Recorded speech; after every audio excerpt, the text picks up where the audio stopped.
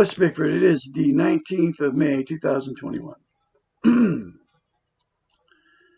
This message is for all. If you're at rock bottom, you will find, and I guarantee you, you will find me when you're at rock bottom, when you're hurt, you lost a love relationship, you have emotional pain, physical pain, sexual abuse, have been abused or whatever, and you're down and out. You don't know where to turn. You don't know where you're going. You're confused. You're feeling helpless. You're out of control. That's when you'll find Douglas Bickford, because this message is for you.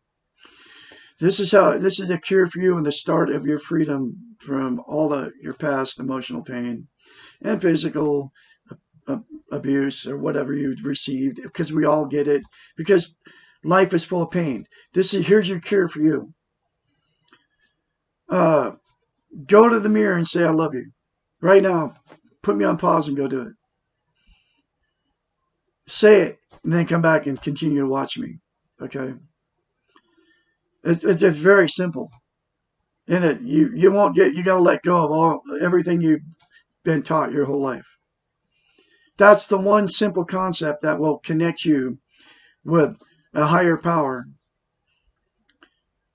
which can be included goodness. If you don't believe in a higher power, you don't believe in any kind of creation or God or anything, call it goodness, because that's where this message is coming from. God and goodness, I believe it's the same thing. That's just my personal belief. You don't have to believe any of that, but you have to believe in goodness.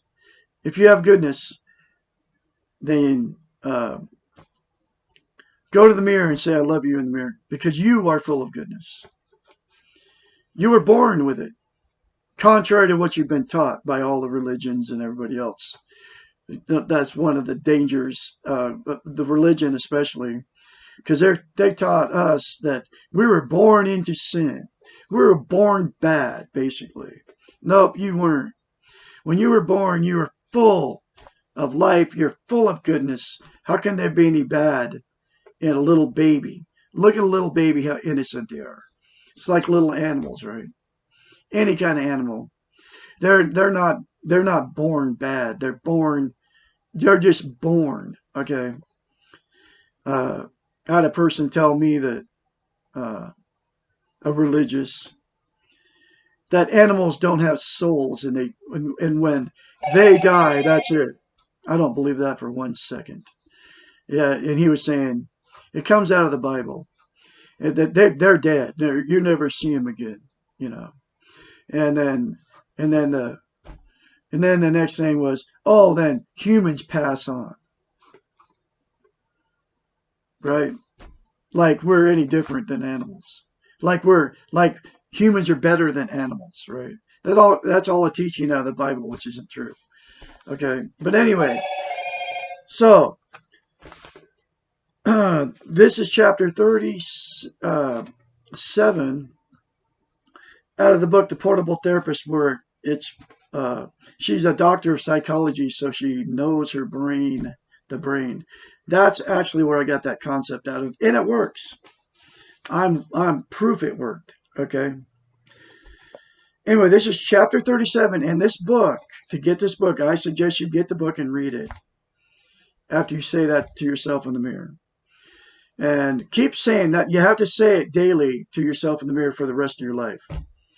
Because it'll give you self-esteem, self-love. And to gain self-esteem, self-love, you have to practice it. It's been trained out of us our whole lives. Schools, churches, everybody doesn't know this one little simple concept of looking yourself in the mirror and saying, I love you. And it'll change your life. But anyway, this book will be in the description in a link. Chapter 37. How do I get over my past? Letting go of our past may seem impossible. How can we let go of something that has so much part of us? And why let go? Why let the past go? Aren't we what we are because of our past lives? The answer to this last question is the reason why we need to let go of the past. Yes, to a great extent. Yes, to a great extent, we are what we are because of what happened to us in the past. But we are more than that.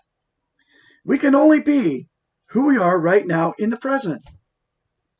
Clinging to the past in order to affirm or excuse ourselves in the present is as dangerous as living in future living illusions. Neither one is reality of ourselves. Neither one is in our control. Letting go of our past does not mean forgetting our past. Memories are part of us, but they are not the reality of who we are right now. The now we can choose. The past we cannot. In other words, we cannot be held responsible for things that we could not control. And we cannot control our past. It is done. We cannot go back and do it again. That is why it is important to let go and move on. Nothing seems to keep us more stuck than hauling the past around with us. It may help to think of our past as a huge garbage bag full of good and bad things. Carrying around this bag only weighs us down and impedes our present movement. We cannot function to our best capacities when carrying around a heavy bag. Put the bag down, open it, and carefully go through the contents. Try to separate what was good and what was valued from what was bad and what you hate. Use your objective eyes, and you will see. And you will see that often something that was perceived as bad had beneficial results, while something that was initially valued as good may have produced negative results. Honor all your past. All of it got you here. Take what you still really need and lovingly let the rest go. You do not need to carry it all around with you anymore. It may help to think of your past as a coat that you once wore as a child. At that time, the coat fit you and kept you warm. It served its purpose. Now you have outgrown the coat. It will not keep you warm. Why are you still carrying this coat around? Mentioned above is the fact that you cannot go back and change the past, but you can change the influence that your past has on you right now in the present. To do this, you must stop trying to make the past something it was not. If you were abused or rejected or unloved in the past, you can stop being abused, rejected, and unloved now. Only if you are stuck in the past will you continue to repeat the patterns of your past. To be free of these patterns, you must let go. Loving yourself when you have not felt loved in your past may be difficult, and it can be done. That's, I say I love you in the mirror. What that will do for you, it'll give you self-love. I guarantee it. I'm proof. If you choose to let your past write the script for your present life, then you must take responsibility for that choice.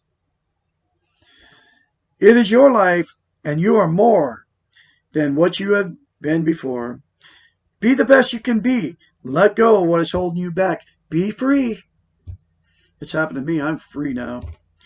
The past may feel like a prison, but you do not. You do have the key, and you can walk away whenever you choose to let go. Perhaps the most effective way to let go of your past is to become aware of the inner child and to learn to parent this child.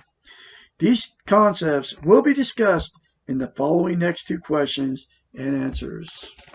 And that's the next chapter, chapter 38. Anyway, I'll have more later for you. Please like, sub me, share these videos. They're very important, folks. And let go of your past. Let it go in love, okay? And take what you need from it and let it all, the rest go. Anyway, Douglas Bickford, but we'll have more later for you. Y'all have a great day out there.